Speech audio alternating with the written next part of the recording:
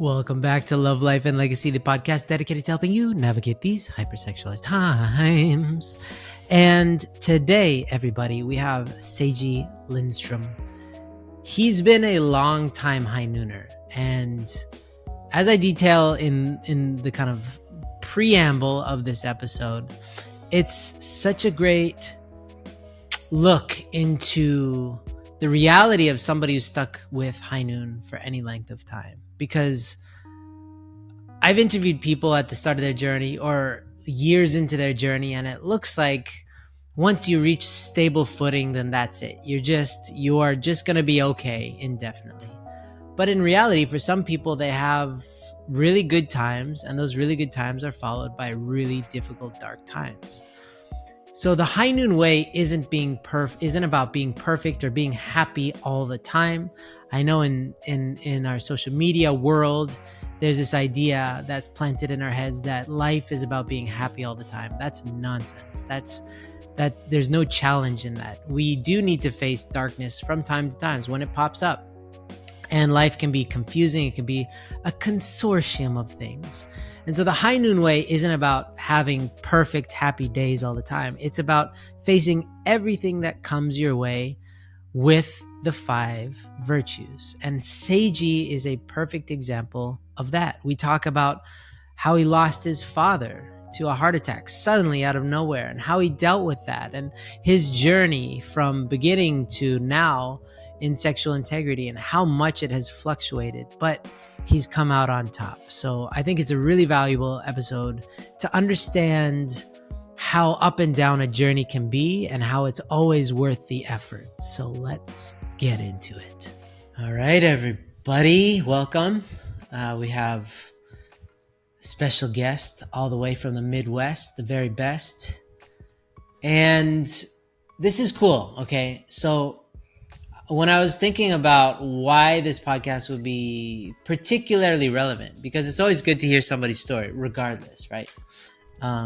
But Seiji, you are interesting because you represent a group of people that we've seen in High Noon who are a bright, shining light, but then go through some difficult stuff and maybe, take a break and then come back with a new energy, right? And this is, like what shame does to us is shame is such a son of a gun because you can do really well. And, imagine you have 100 great days in your sexual integrity and then you have one bad day. And then what your shame tells you is those 100 days don't count for anything. This is the real you. You suck, right? And then if that voice is strong enough and loud enough, and if you don't have a counterbalance, like somebody else in your life to invalidate that voice, then it's very easy to just believe it. And then all of a sudden you've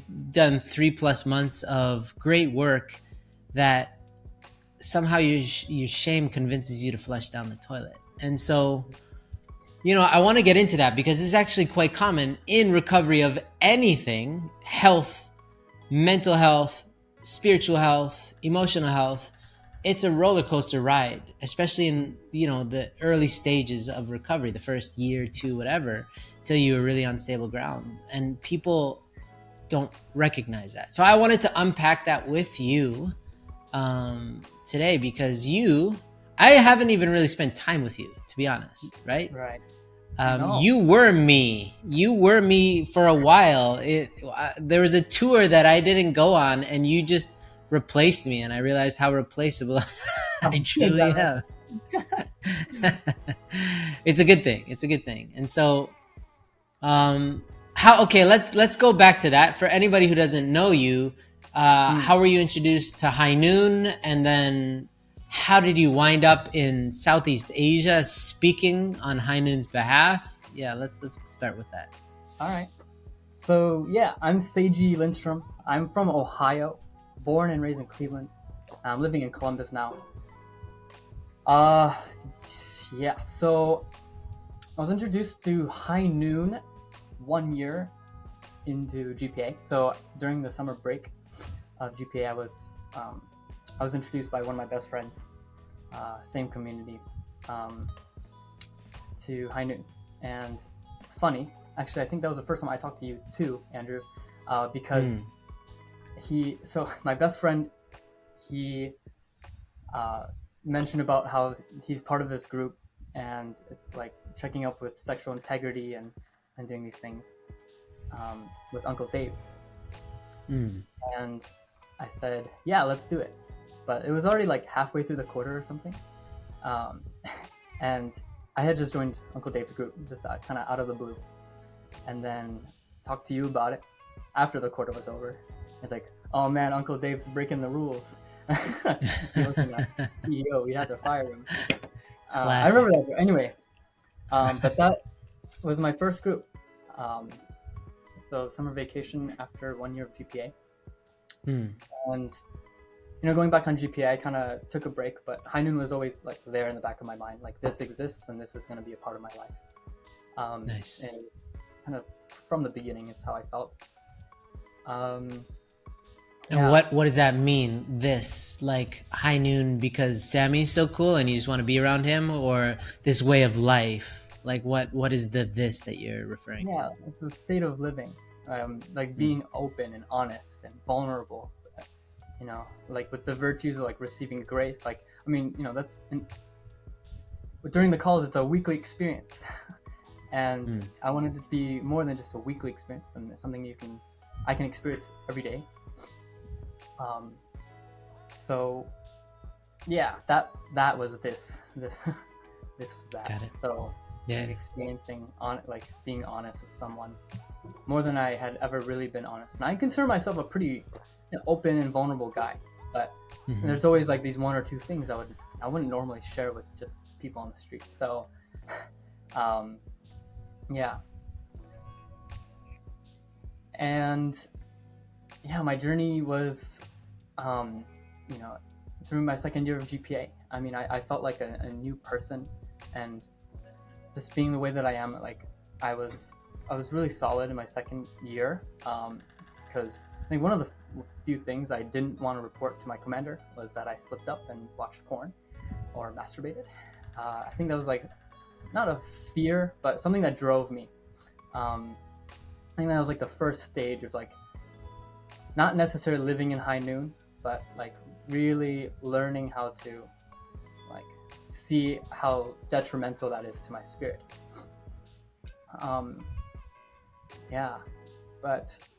Halfway through my second year, or 2/3 through, COVID-19 hit. We were sent back home, and it was a very different time. So that was when it got pretty challenging in terms of like sexual integrity, just being at home, being comfortable, being alone, and very stressed. So yeah, and then let's see. After the GPA year was over and I graduated, I reconnected with like High Noon staff, with Uncle Dave, and started being a part of a group again. And it was kind of like on and off like that through that time. And then I did like roughly a year and a half of CARP in Las Vegas. And I experienced a real closeness with a brother there. Every day we would check in with each other. We would share honestly, and we would that was the experience of High Noon, like being in consistent High Noon for longer than a few months, like at one, like being in the state of High Noons. And it was just an amazing experience. And like I could remember clearly how easy it was to shut down a temptation or urge, or like see how clearly like being on my phone for an extended period of time would leave me feeling bad. So my awareness was going up through that time. And then there was a CARP workshop that happened, or was going to happen at least at the time. And Uncle Dave reached out to me and asked me if I wanted to give my testimony at this CARP workshop. And that was the first time I was going to ever share my public shame, or share my shame publicly. And this wasn't that just sounds terrible. like that. It it was really scary because it wasn't just like a group of people. Like I knew them. They were my my first years, and that I would take care of on GPA, and the people that I worked with in CARP. Like these were people that I had some type of relationship with, either acquaintance or closeness, to like friends. To Anyway, so it was really scary. And Benji spoke at that like mini workshop at the CARP, like mini high noon segment at the CARP workshop. And then I was one of two people who gave their testimony, and it was terrifying. It was exhilarating, and it was kind of the start of a new chapter, I guess, in my life. Because after that, after sharing my testimony, Uncle Dave reached out to me again, kind of asked me how it was, and then invited me to go on tour with him, Aunt Mitsue, and Sammy. So that was super exciting. And that's kind of at that point in time what's been happening. And then you went to Philippines, Malaysia, Thailand? No, Something not like Thailand. Okay. South Korea, mainly to meet up with a bunch of leaders, because the translations for Core of the Universe, the book, were like completed at that point, and a huge, giving it out, trying to make it more readily available to each church in this country. So, South Korea, Malaysia, and the Philippines for about a month. Sweet. A week in each place. Yeah, I finally got to go to Malaysia a couple months ago to speak, and they were all like, "Oh, do you know Seiji?" And I was like, "Yo, I'm the boss here. What do you mean, do I know? Does Seiji know me?" And I'm just kidding. It's you laid the groundwork. It was hilarious that they knew you so well.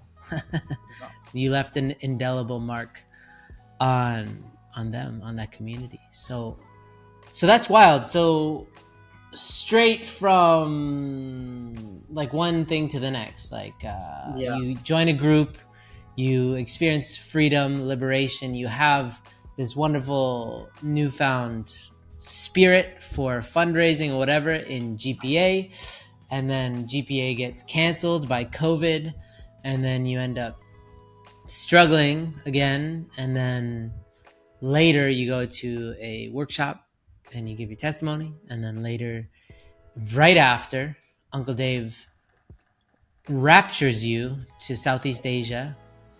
So at that point, your sexual integrity is better? Like, you bounce back after COVID? Yeah. After COVID was my years in CARP, or my year and a half in CARP. Okay. So the tour happened at the end of 2022, and COVID 2020. So about 2 years. I mean, depending on, like, living in High Noon was, it got hard. It got ups and downs. There were many ups and downs. General trend was upward. There's, just as you guys talk about, like, growth isn't linear. Keep hearing that. It's kind of annoying, but it's so true. And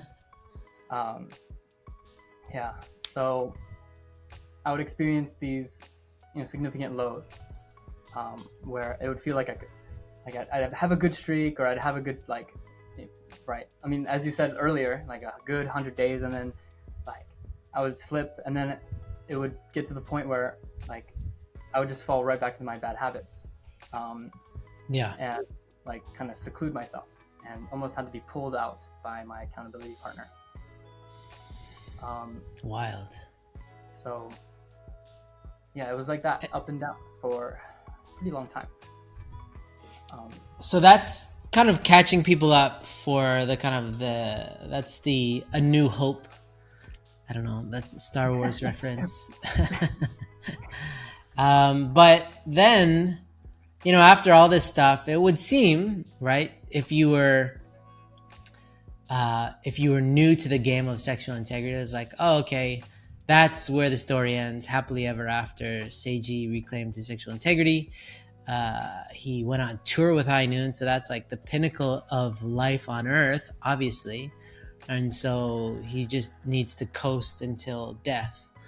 But in fact, there's more twists and turns to this story, and that's kind of when I was asking you what you wanted to talk about in this podcast. There's some deep stuff that you went through actually after that caused you to go to places you haven't been before, psychologically and emotionally. Yeah. Yeah. So 2023 was the year for me to experience that. I was actually working for Uncle Dave at his crab business in Washington, from like December onto January, not very long.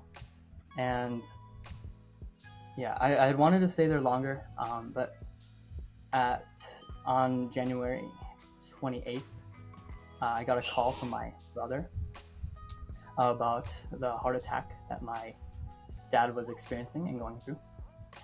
And immediately it was very scary. I was in the break room and we were just having lunch. And then I saw that I got a call from my brother. And I missed the call, but I listened to his message.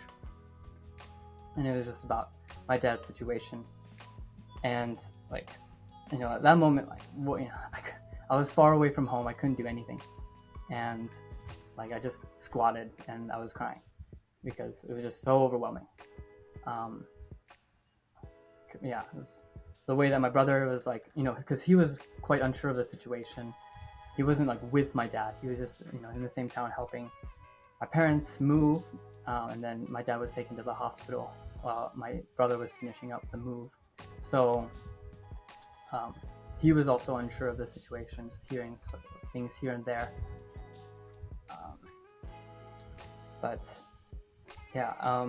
So I immediately flew home to be with my dad. And I think from that point of like uncertainty, a lot of fear, I think there was one overwhelming feeling that I had in my heart and my mind and my soul. Like every part of me, I felt it was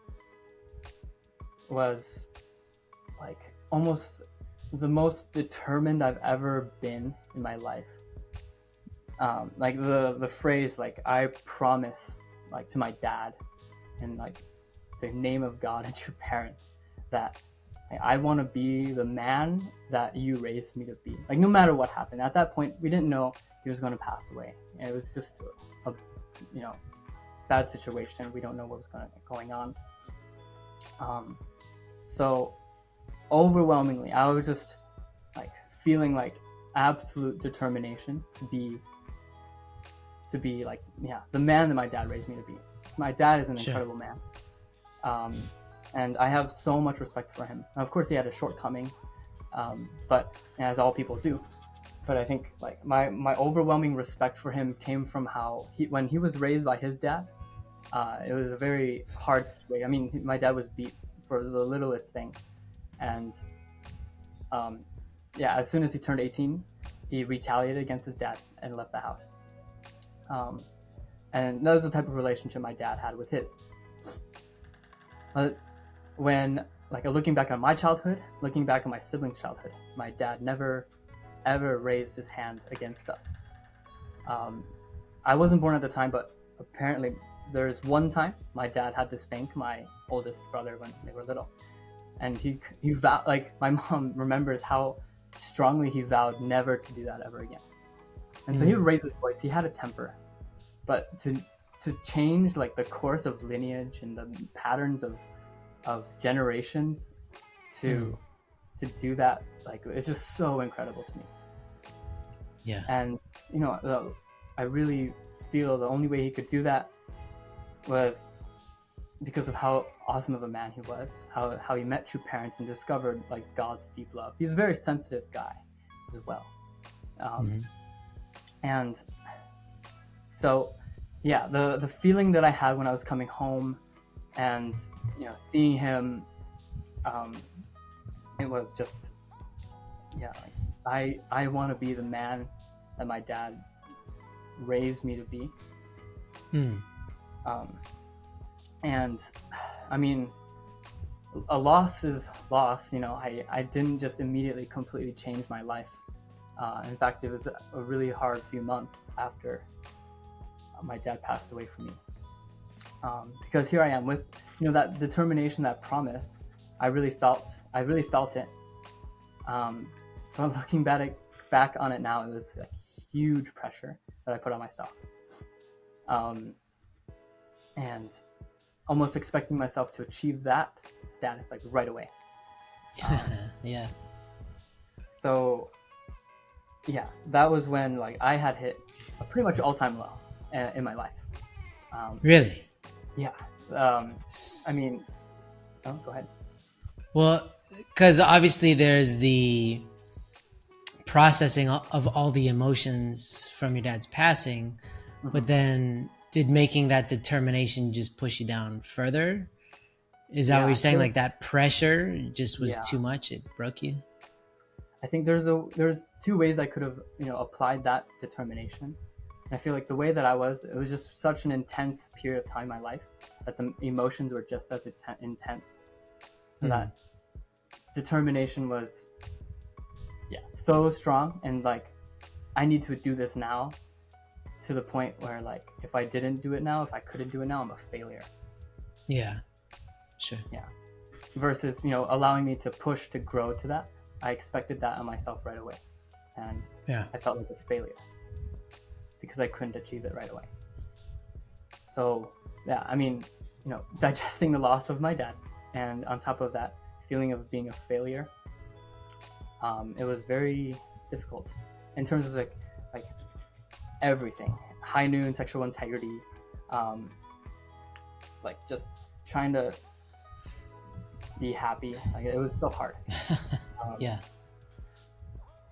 And I wasn't talking to anyone either, which was probably one of the worst things I could have done. So yeah, I mean, after about a month and a half or so, 2 months, a friend had reached out to me kind of out of the blue and asked me how I was doing. And it meant a lot. Because then I was able to talk about how I was doing. And yeah, like anyway, this person, I love him a lot. And so he talked to me and kind of gave me a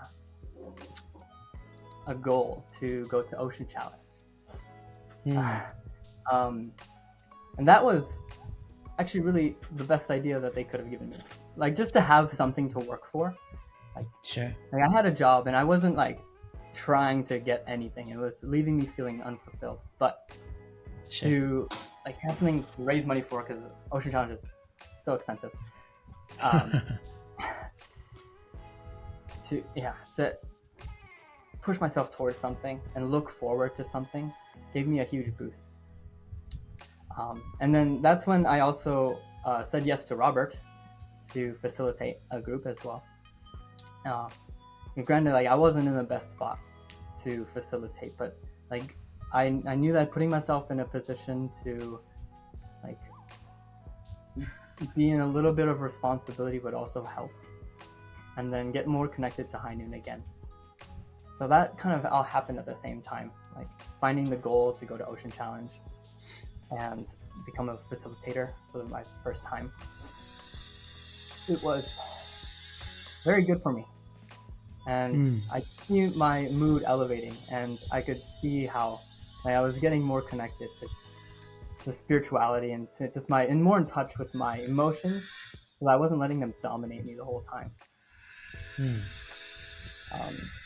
Well, can I just stop and this is I don't want to be that guy, but I am that guy. The idea of a North Star goal is to be able to have something that you genuinely want to exist so badly that you're willing to sacrifice time, energy, and effort, but it doesn't, at the end of the day, feel necessarily like a sacrifice because you want it, right? So, but what it does is it gives you a forum to pour yourself into. It gives you like a cup to hold your potential, and you're investing yourself into building this into something that at the end of a time period you can say, I did this, I made this. And it sounds like the Ocean Challenge was like that for you, is that it was a clear, you could see its value because you wanted to do something, you wanted something to change, you wanted some experience to kind of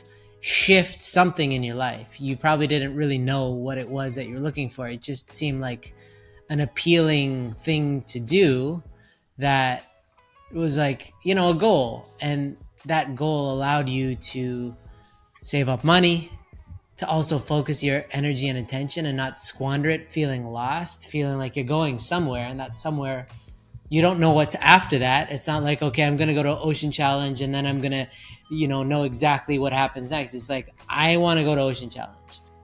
And that in and of itself brought out a lot in you, and it helped you to focus a lot of your energy that was, being squandered by feeling like you're floating aimlessly and suffering in your own juices, right? Because you just, sitting around is the worst thing that humans can do, because there's nothing, no give and take happening. It's just kind of, but we end up doing that if we don't have somewhere to go, so it sounds like, this simple thing, like your friend challenging you to go to the Ocean Challenge, was life-changing. And it wasn't necessarily Ocean Challenge. Shout out to Ocean Challenge, right? Nothing against you, but it wasn't necessarily that. It could have been something else. It could have been going to Champyong. It could have been some stuff, right? But that was it. And it made enough sense to you that you were like, I want to really do this. And that helped you, in a sense. It sounds like it helped you to pour a lot of that energy of becoming the man that you felt you wanted to become for your dad. It helped you to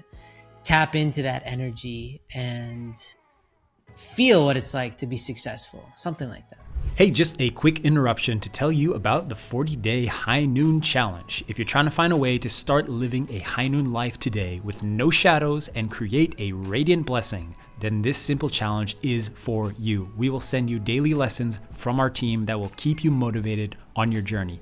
It's totally free, guys, and you'll get constant content directly to you. Just sign up today at highnoon.org/challenge. Andrew, you just have this way of words and way of speaking to like summarize and frame it in like such a beautiful way. Okay. That the second half of that sentence could have gone either way. You have this way of speaking that makes me want to kill you. I've had that before too. So. Oh man. Well, I'm just trying to understand, because there's a lot to unpack, and for to be honest, most people your age don't experience that level of loss, like or I don't know what the average age that somebody experiences like real hardship, like losing a parent or something happens, but it's not something that you can relate to until you go through it.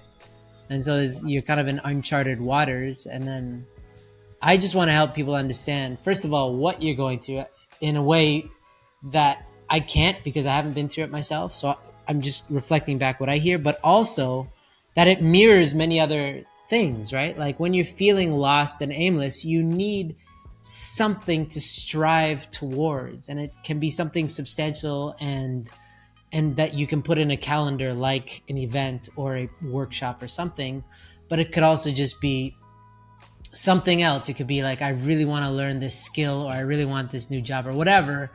That makes us reach deep down and see a side of us that we forgot existed, which is really powerful and stuff like that. And not only that, but it takes you away from focusing on all the misery that you could be focusing on, but is not helping you necessarily, right? Yeah, absolutely. So that was Ocean Challenge for me, my North Star goal. Yeah. And what can you give me your understanding of why that helped you? That helped to facilitate this. Like somehow you made it mean something, to where, because other people their friend might say, hey, you should go to this workshop, and they'll be like, don't you understand? I'm sad, and they just want to focus on their sadness, right? But I'm sure you felt that tug as well. Like I want to, but I also want to stay here in my sadness, right? I know you're inviting me to go beyond the sadness, but I also want to stay here in this sadness because it's familiar and I'm steeped in it right now. So what helped you to kind of actually make that shift and to choose to actually get out of that sadness, or not like you're running away from it, but like evolve out of it into some other state? What gave you that allowance? Yeah, well, first, this wasn't my first thought or first suggestion to going Ocean Challenge, so that helped. Okay. It wasn't the first attempt to try to get me to go in that period of time, but it was like the strongest one for sure.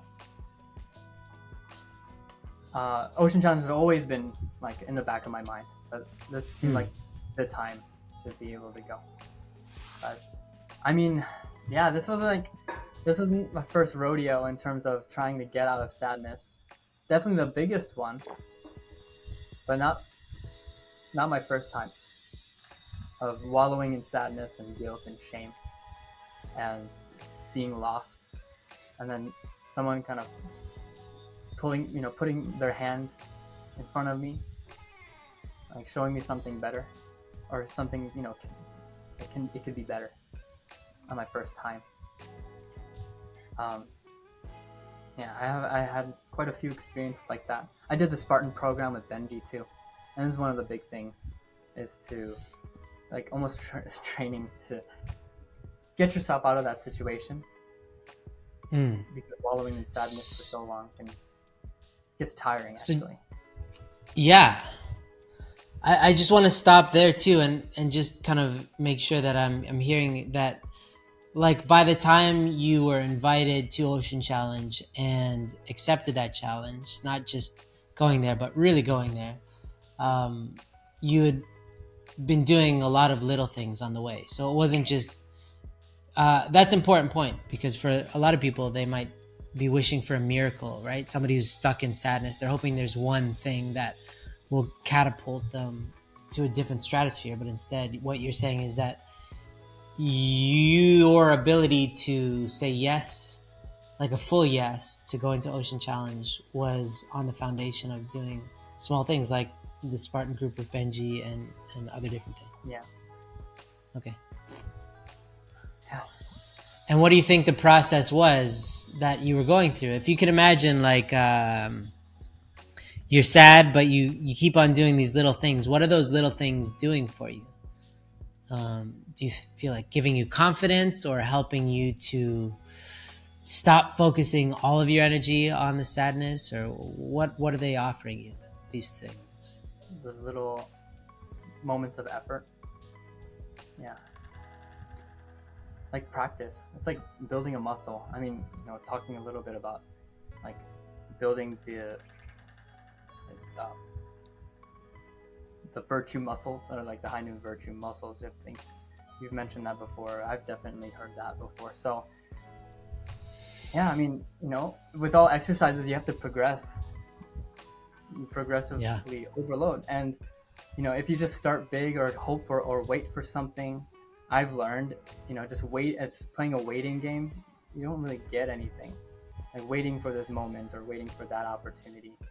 You really have to chase it, and you can't just start going, full throttle in terms of like trying to completely change your life all at once.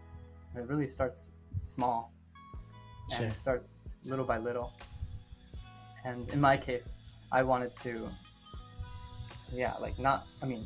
all the effort that I've had done in the past, definitely hasn't gone to waste. Like that muscle memory in terms of using the experiences that I've had of being low and getting tired of it and getting myself out of it, and then especially seeing an opportunity and taking it, not just like you hoping the opportunity does something for me, but using the opportunity when it comes has allowed me to better recognize the opportunities that come. And use them. That's a great point for everybody out there, that Absolutely. If you expect, especially when anybody first joins Ascend, I think that it's just a matter of joining a group and putting in, maybe 3 months, and then all their problems go away. That, yeah, if you squat 1,000 pounds on your first go, you're gonna pop your knees and break your back. You're just gonna ruin your body. And if you just sit there and wonder what it's like to squat a huge amount of weight, let's say 1,000 pounds, nothing changes, right? It's the progression of adding more weight and allowing your muscles to go through the ability to tear and grow back stronger. And so yeah, that's a huge one, again, because your situation isn't necessarily 100% unique to you in terms of like losing a parent in such a tragic and sudden way. But we've all experienced pain in some way, shape, or form, and it's very easy to dwell in that. It's important to process it, right? To acknowledge sadness and all this, but Yeah. to also let it be processed naturally and to evolve beyond that sadness is a matter of doing the work every day. And so you got to the ocean challenge, I'm guessing. I got there. Yes. And I didn't know what to do. I got there and I was like, all right, what's happening now? Like, what does God have in store for me? Did you have high hopes, or did you're so busy getting there that you didn't even really think about what happens once you get there? Yeah, definitely the second one. On the plane ride to Alaska, I was like, all right, what should I do? Like, what are my goals, and what am I expecting out of this? And I mean, that goes in this whole thing. Yeah, I think there's 3 main lessons from Ocean Challenge, like the things that I take away and I want to apply for the rest of my life. Give us. Like, first is like a lot of times you have your own expectations, and God also has his plan. And sometimes they match up, sometimes they don't. And for the expectations that I had, did not match with God's, I think, plan for me. It was much bigger than that. So Ocean Challenge is known for, being an Ocean Challenge, fishing, like having a competition, like a fishing competition. And I learned that with fishing, you are completely out of control. Zero. No, the only thing you can do is put your line in the water. Maybe have a lure on it, maybe not, I don't know, but I think it helps. Like, you can help your chances and you can lower your chances, but ultimately you can put your line in the water and take it a little bit, hope for the best. Hope for that king salmon or something. And yeah, I think it was symbolic for me because as much as I want to be in control of my, like, everything around me, like, the only thing I am actually in control of is, putting my line in the water, so to speak. Doing the things that I can do to grow or to take away from a situation or an experience, either positively or negatively, to learn from it or to wallow in sadness. That's kind of like what it means to me to put my line in the water. But yeah, so with God's plan, during the competition, I wanted to invest 100%. And again, being in as control as I can be, like, I just wanted to put my line in the water as soon as possible and do it. And just like really focus and pray and like do whatever you do mentally while your line is in the water. But especially during the competition, like, I wanted to catch the biggest fish. Like, to me, the biggest fish meant that God was with me, that my dad was with me, and that I was like being loved. So that's what the big fish was like. That's what it was going to mean to me. But yeah, as much as I put my line in the water, I caught nothing substantial. Like, you always catch something, but for the competition, I caught nothing substantial, nothing to help my team. And it was probably the worst catch days like I've had during the whole time, especially during the competition. And that was heartbreaking. I was so frustrated. So during the last 10 minutes, like everyone's like, actually quite a few people on my boat are catching pretty substantial fish, and here I am just digging, like it's shaking my lure trying to catch fish. Nothing was coming. And so competition was over. Everyone said, captain said, lines up. We're like, we're out of here. Competition's over. And I felt like I didn't catch anything substantial. I mean, I didn't, in terms of the competition. And like, here we go. I was feeling really sorry for myself. Like, does that mean God doesn't love me? Does that mean my dad isn't with me? You know, and those kind of thoughts were in my head as we were driving back. I was sitting on the front of the boat, the bow. But it just suddenly hit me. This is probably the third and main point, is that I didn't need a fish to be loved. Because if we all needed big fish to be loved, like everyone would have gotten a big fish, you know. But There'd be no fish left in the ocean. There'd be no fish left in the ocean. Everyone would have one of those fish on their wall. But the overwhelming feeling I had was that, like, God, I don't believe in a God whose love is conditional. So like, if my effort led to me catching a big fish, I would have felt conditional love. Actually, I would have felt, oh, I did a good job, now I get loved. But I put everything and my effort and what I could do, at least, on the boat, and still caught nothing. But I don't believe in a God that's, not loving. Like, I believe in a God that's loving. And so what's my thinking evolved into, like, feeling sorry for myself, to immediately feeling like overwhelming sense of joy and love, because like almost like flashbacks, like through the whole ocean challenge, like a video. It's like playing in my head from like the beautiful scenery and the experiences and like the laughter and the joy that I was feeling, and hearing the awesome testimonies, and the being on the water, the fun and joy of fishing. Like, it just flooded in me, and I just like realized almost really for the first time, God's love is like unconditional. It's absolute. And love and beauty is everywhere.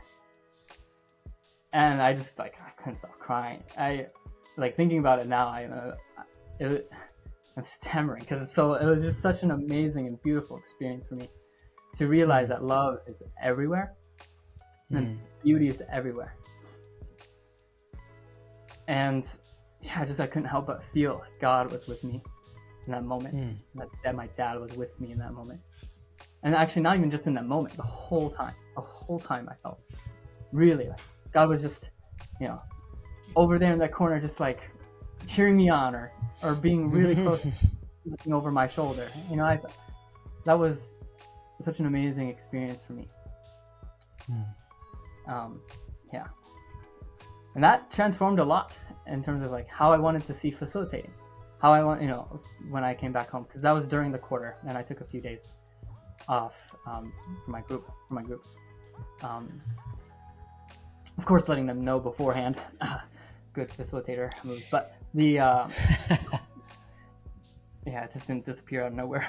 But yeah, I through facilitating, like afterward and coming back home, I realized that, especially with the new discovery that love is everywhere, beauty is everywhere, and that everything that's like ugly or perverted is just like it's just skewing what God originally intended. It's not a new thing. So especially during my time facilitating after Alaska, I really wanted to confront my shame, my own which actually lie deep in my emotions.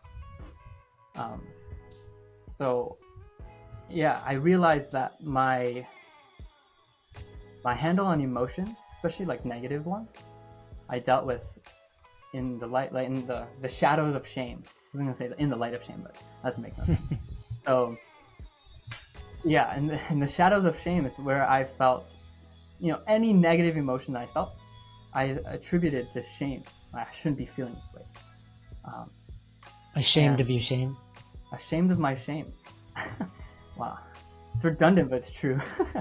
And yeah, so whenever I felt like, hormonal or difficult, or very tempted, like immediately, like the shame would kick in, and the only way for me to handle it, at least in that moment, was through porn masturbation, kind of leading me like a self-fulfilling prophecy of like, this is, this is the only way I can handle it. And I realized like that's so wrong. So I had confronted that and really dealt with it. And like looking at it from the perspective of like God's viewpoint, from like understanding that everything was intended to be beautiful. Like all these negative emotions, like they're negative, but that doesn't mean they're ugly or shameful. Sure. And it really let me, like, allow me to like dig deep into myself. Like why is it that I'm feeling so like angry in this moment, and actually growing from it. Like that's the beauty. It's really an opportunity for growth, rather than letting it control me. So yeah, I mean, that was a huge turning point for me. Yeah. Understanding what lies in the darkness, right? So even shame, we use that term a lot. There's definitely limitations to the English language and to terminology, but there's a lot of ingredients to shame, and unless you really understand it and how it impacts you and why you would allow yourself to believe in it, that's the work, right? Becoming familiar with your enemy. And so one last point is that I wanted to bring up was about I invited you to do a workshop and you accepted. I think wholeheartedly. I don't know if you're just good at masking your fear or doubts or whatever, but it seemed like you were just a strong yes. And then in preparation for that, he gave a lot of talks. It was a high school, middle school workshop in the Midwest, Camp Agape. Kogape. So many gapes. And what did that bring out? I mean, after this whole big journey, then most recently, because this was just a few weeks ago, right? After all this, you were asked to do something you've never done before, which is be alone, representing High Noon for a significant portion of time, talking about stuff that went from nice ideas and theories to something you just lived through. So how was that for you? Yeah, it was very good for me. Yeah, when you asked me, I can confirm to you it was an absolute yes. Like I felt so honored to represent High Noon, for all that High Noon has shown me and led me through. It was a absolute yes. Very exciting too, because I'm not shy to like talk in front of people.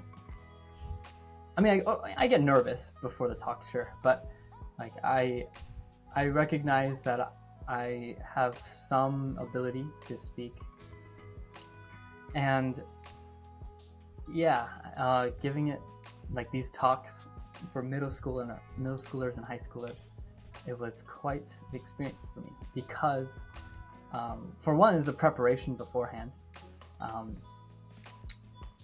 So like from the time of like you asking me to receiving content was quite a big gap in terms of like being clear with what exactly is happening at the workshop, the schedule and the amount of time we have, and knowing like what the content. Yeah. So because there was a big gap, like it was just kind of a little bit of waiting around, like talking to the Kogape staff, and having them be pretty clear with like how much time they can give us, and so, and then from receiving the content to preparing for the workshop, like it happened very quickly. I still remember the text you sent me. Like there's like 1 week after you sent me the content. Actually, that had been a very busy week for me in terms of like just a lot going on, and I had a little bit of time, but not so much to look through the content at that point. And you sent me a text and it's like, there's 2 ways to think about this, and it's one way is you have a lot of time and time flies. And I'm like, that's so true. Like like now that I got everything out of the way, like I wanted to invest as much as I could. And yeah, I think there's a little bit of fear in not being able to convey well, or in a way that is understandable for like really young people. I mean, like only recently I've been able to realize and understand like the principles and the virtues and the points that go along with them, and for High Noon and applying to parents' teachings especially.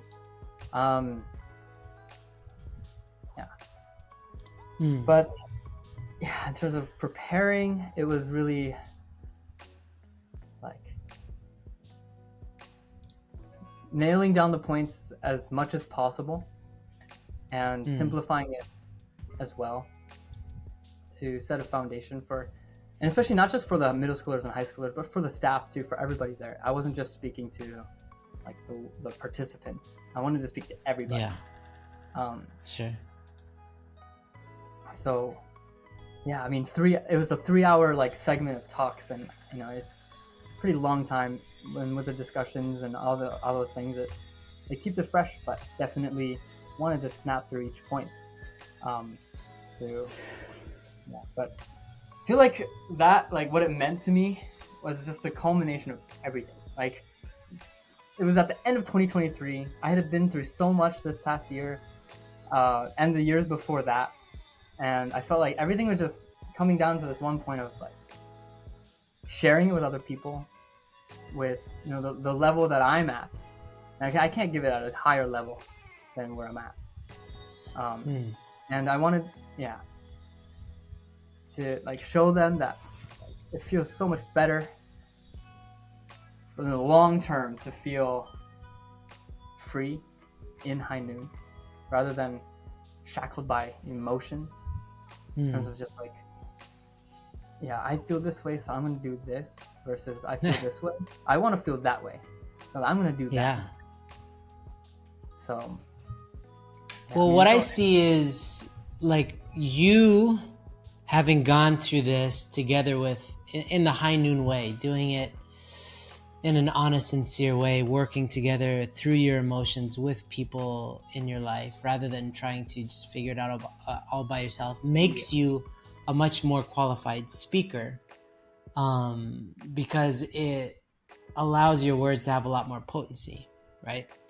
And I think it's such a great testament to the amount of work that you put in, that not only are you willing to speak on our behalf after all this, but being excited about it and doing a great job in representing High Noon, because now High Noon is not, it's left theory, and it's even left just sexual integrity. It is kind of infiltrated many facets of your life, if not all of them, to where you can stand up in front of a group of people and say, here I stand. I'm a High Noon man, right? I do have to end here for time, because I'm just a busy guy, Seiji. I don't think you understand this. I'm a super important busy guy. But I want to also leave room for because even after all this, imagine that there were tears that you were talking about of the stages of growth that you went through in the past few years. Now, if you could see all this as one meta tier, and then there's many stages, because you are now entering the time of your life when you're making space for another person. And then when you form a couple, then you make space for other people to exist, aka children and all this. So that's really life phases.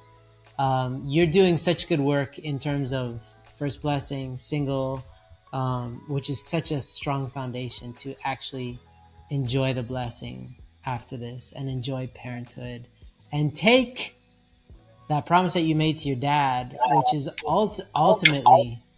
So I'm getting some feedback here. I'm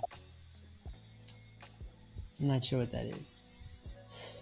To take that promise that you made to your dad and fulfill it in that, I don't know if you noticed this, but the work that you said that he did to kind of change your lineage by stopping the tradition of abuse, physical abuse, and how he managed to kind of swallow it and transmute it into something else for you guys.